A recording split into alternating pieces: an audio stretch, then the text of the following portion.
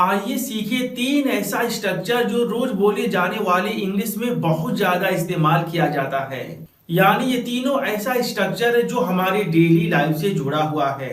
तो आइए एक एक करके इन तीनों स्ट्रक्चर के बारे में शानदार तरीके से सीखें। अगर बात हम पहले स्ट्रक्चर की करें तो वो है स्पीकिंग एज। इसके बाद आप बोलेंगे कोई नाउन, फिर आप बोलेंगे सब्जेक्ट वर्ब ऑब्जेक्ट। और इस स्ट्रक्चर का इस्तेमाल हम तब करते हैं जब हमें इस तरह के सेंटेंसेस बोलना हो जहां कहते हैं भाई की हैसियत से, या टीचर की हैसियत से, या दोस्त की हैसियत से, या दोस्त के नाते, या बॉस की हैसियत से, या बॉस के नाते।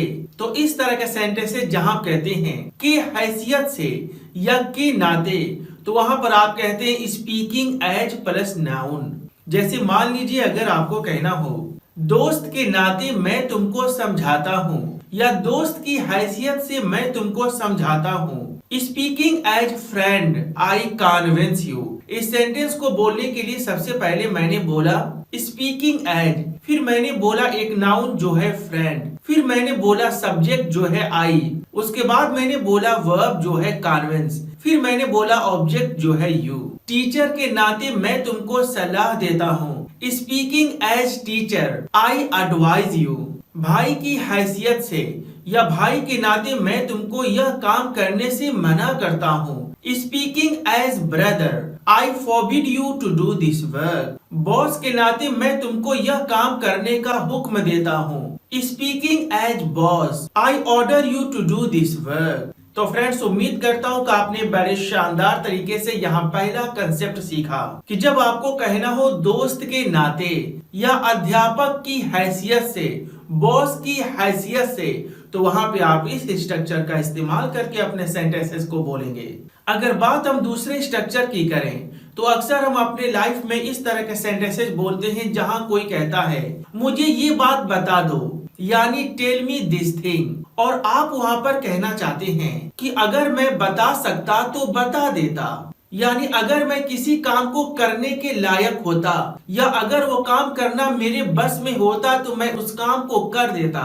तो यहाँ पर आप कहेंगे I would if I could. यानी अगर कोई आदमी आपसे कहे मुझे 500 रुपया दे दो, गिव मी 500। और अगर आपको कहना हो अगर मैं दे सकता तो दे देता, यानी अगर मैं इस काम को करने के लायक होता, या ये काम मेरे बस में होता तो मैं जरूर करता। तो यहाँ पर आप कहेंगे I would if I could. अगर कोई आदमी आपसे कहे इस क्वेश्चन का आंसर दे दो, यानी आंसर दिस क्वेश्चन। और अगर आपको कहना हो अगर मैं आंसर दे सकता था तो दे देता, यानी अगर मैं इस काबिल होता कि मैं इसका आंसर दे सकूं तो मैं जरूर देता। तो यहाँ पर आप कहेंगे I would if I could. अगर कोई इंसान आपसे कहे मेरे साथ कहीं चलो, यानी कम विद मी एनीवेयर। और अगर आपको कहना हो अगर मैं चलने की हालत में होता तो जरूर चलता, या अगर मैं चल सकता तो जरूर चलता। तो यहाँ पर आप कहेंगे I would if I could.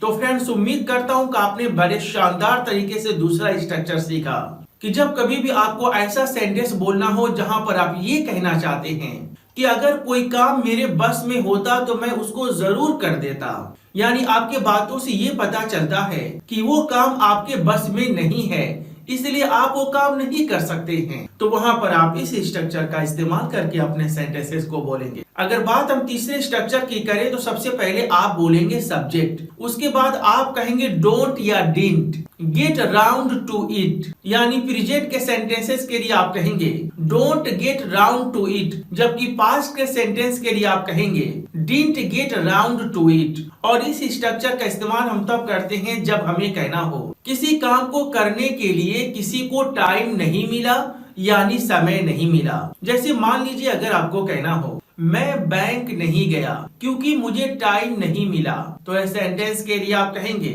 I did not go to bank because I didn't get round to it. मैंने इस काम को नहीं किया क्योंकि मुझे टाइम नहीं मिला या मुझे समय नहीं मिला।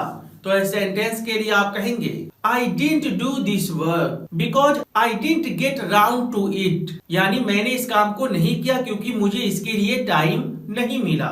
अगर आपको कहना हो मैं क्रिकेट खेलने नहीं जाऊंगा क्योंकि मुझे इसके लिए टाइम नहीं मिलता है। तो इस सेंटेंस के लिए आप कहेंगे I will not go to play cricket because I don't get around to it.